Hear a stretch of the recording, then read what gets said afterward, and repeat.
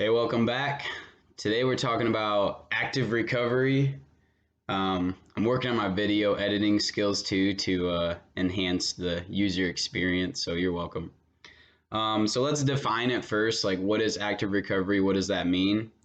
So recovery is your muscle is broken down, and recovery is the process of it repairing and rebuilding itself.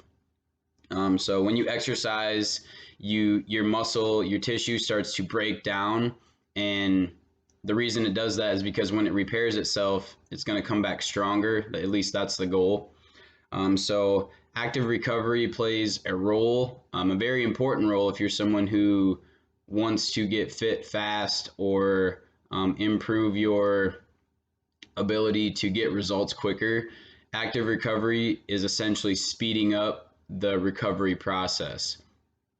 So let's take an example of a workout. Let's say you're doing back squats and you do 5 sets of 5 at a pretty heavy weight for you.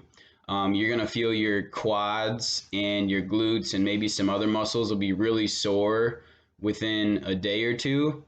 And then so in order to promote recovery, you do this thing called active recovery. So you might start very slow. You might do some very slow controlled squats with no weight, just your body weight.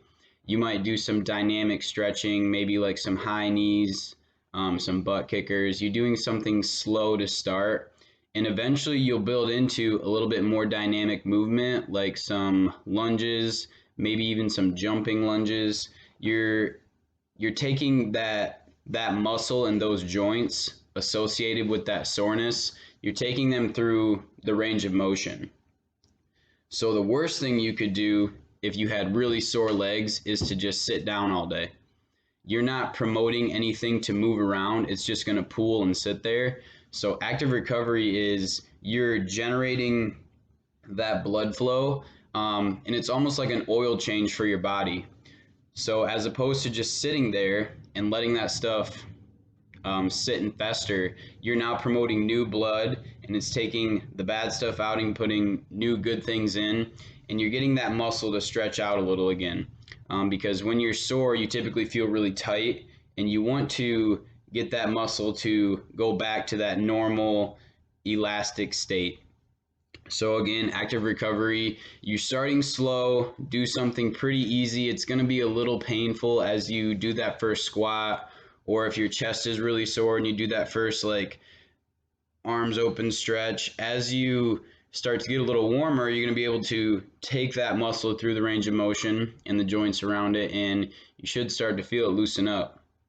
So it's not always a pleasant experience when you start, but as you finish 10 minutes later or whatever it is, your body's going to feel a lot better, and it's going to thank you because you're going to feel normal sooner.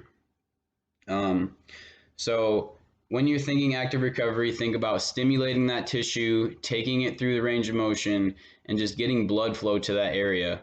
This is a deeper dive into that recovery aspect of training. You can check out the recovery video I did before, but this one is more so you can do this anywhere, anytime. You just have to be willing to move your body a little bit through that initial stress when it feels painful, and then you'll feel better sooner. So the next time you do a really hard workout and you're really sore, think about what can I do the next day that would promote blood flow there, but also not too much stress, and you can just find some ways to actively recover. See you next time.